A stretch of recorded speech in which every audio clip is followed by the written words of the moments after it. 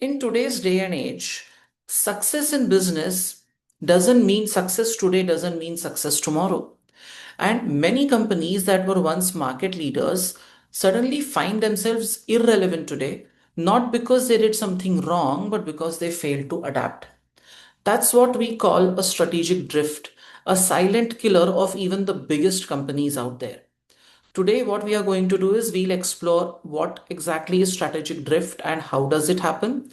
Some examples, in India which are like an epitome of strategic drift, and how tools like Porter's Diamond and scenario planning help organizations stay ahead of the change.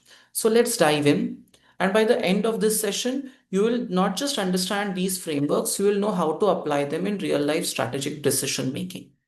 Now, what is strategic drift? Let me read the definition first and then we'll dive deeper.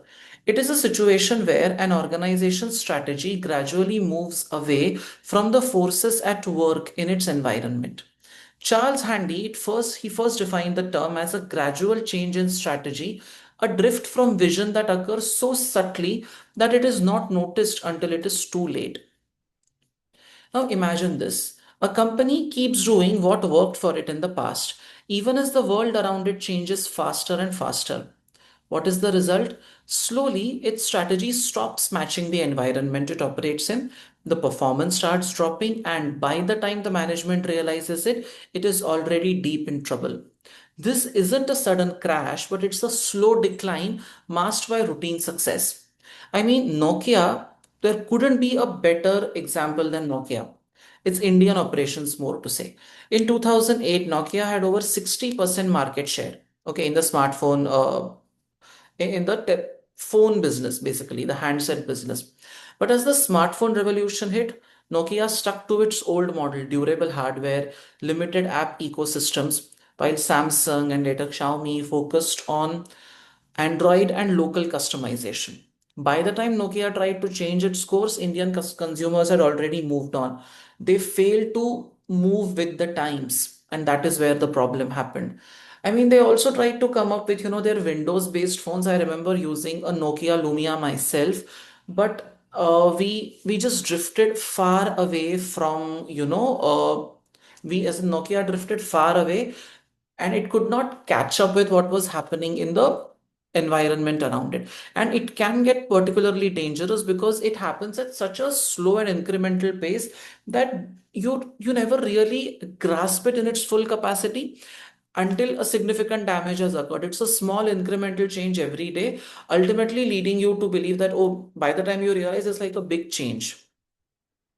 Now, strategic drift, primarily as per Johnson's, Cole, and Whittington, it goes through four stages. The first phase is the incremental change phase. Okay, in this phase, the environment is stable and small adjustments work fine. The company keeps tweaking its existing strategy, but performance overall remains strong.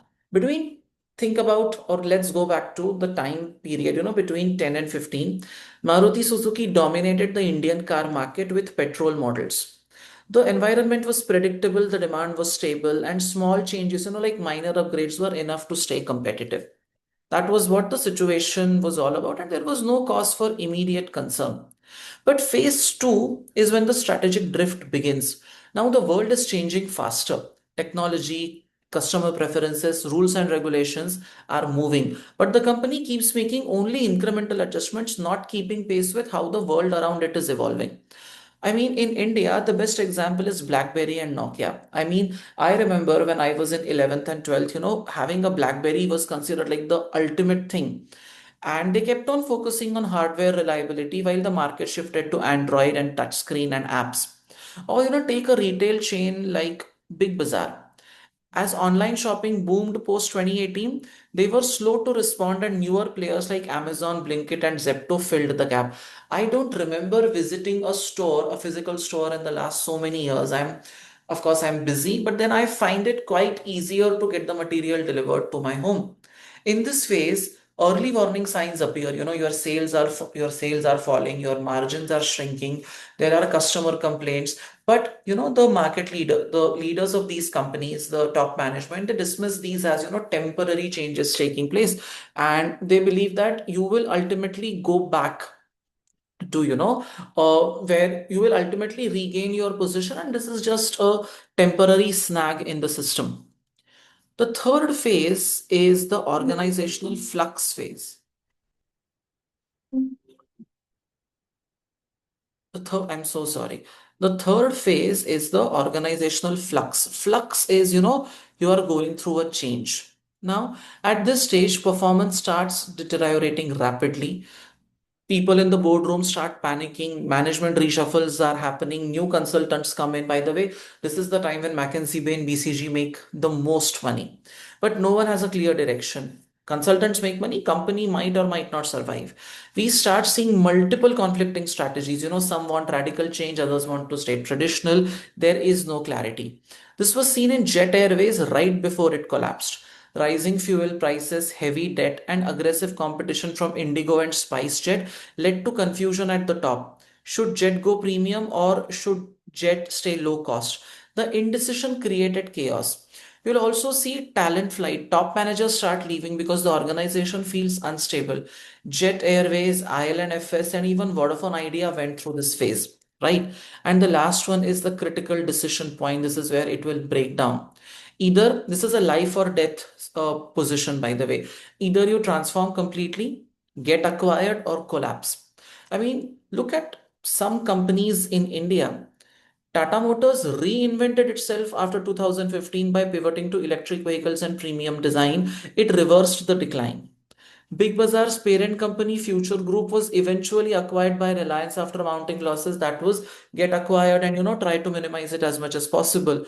Or companies like Kingfisher, which completely collapsed, they shut down, they are not able to recover.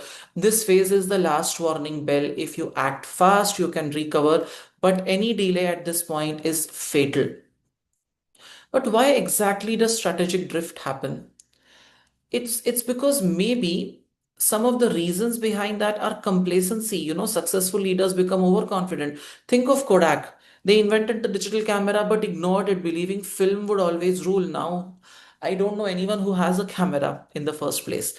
Or slow response to technology. Indian banks were late to adopt digital payments, and PhonePe and Paytm and all of them, they captured that space. Sometimes the culture is rigid. A conservative work culture can block innovation. The leadership sometimes is very very short sighted in that sense of the word, so that prevents you from growing, right?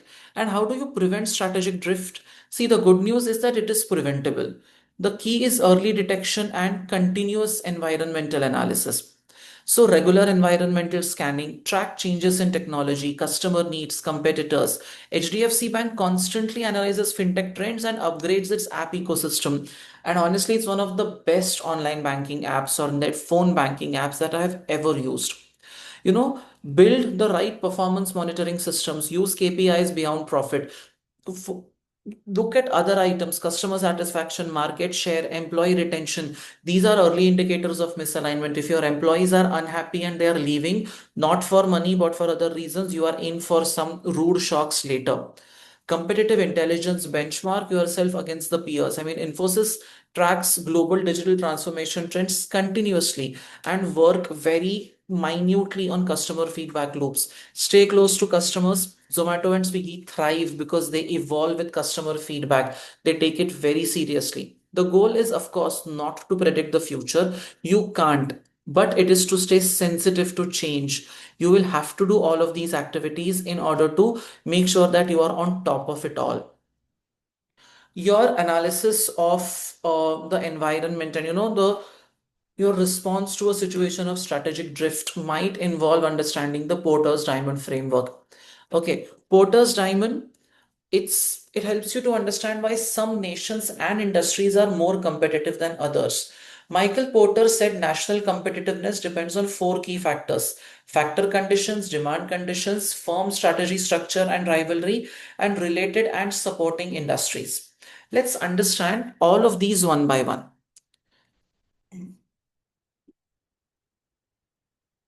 Now, factor conditions. What are these? These are the resources a nation or an industry possesses, like labor, skills, technology, and infra. India, for example, has a large young English speaking workforce. I mean, They are not great when it comes to the language, but they can, manage. They can find their way through, which is a key advantage for IT and BPO. That's why firms like Infosys, TCS, and Wipro, they dominate globally because India's human capital is a specialized key factor. On the other hand, non-key factors like raw material, they are available everywhere. They don't create any unique advantage. Then talking about demand conditions, refers to how demanding and sophisticated the local customer base is.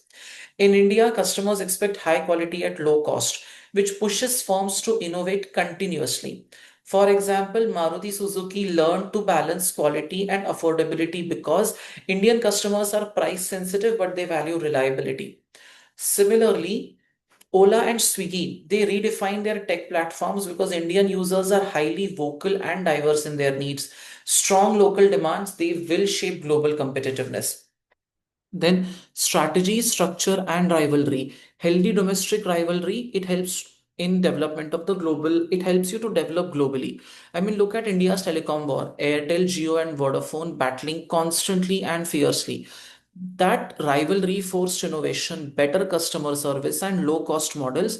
And now Jio is a global case study. Or Indian aviation, Indigo's disciplined strategy versus SpiceJet's agility. Competition only sharpens your strategic excellence. And of course, the presence of related and supporting industries.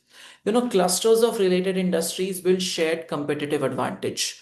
Bangalore's tech ecosystem, IT companies, startups, research labs, universities, together they create innovation synergies. Or Gujarat's textile and diamond clusters, the entire supply chain working together.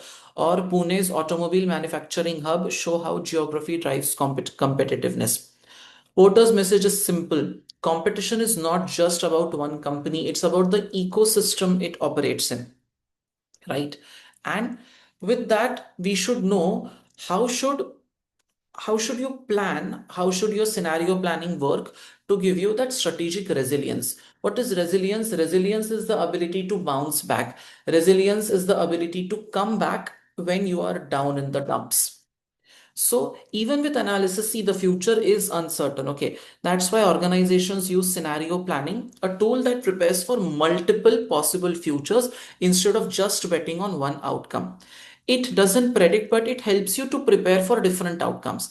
Imagine Infosys and HDFC Bank use scenario analysis during COVID. And what were they thinking about? What if remote work continues for years? What if digital transactions grow by 200%? Those scenarios help them pivot faster than competitors.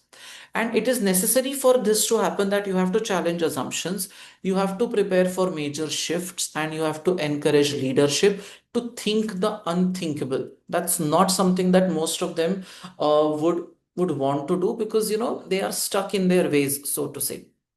Now, the TCFD framework, the Task Force on Climate Related Financial Disclosures, it created a structured process for scenario analysis, not just for climate risk, but for any kind of uncertainty.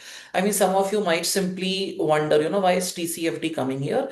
It's, of course, it deals with climate change, but the framework that they have created basically applies for everyone. So, what they do is they have divided this into 6 steps. Governance, focus on governance, integrate scenario thinking into top level decision making. For example, Tata Group uses board level ESG and risk committees because they know that once this thought process is integrated at the top, it will flow down throughout the entity.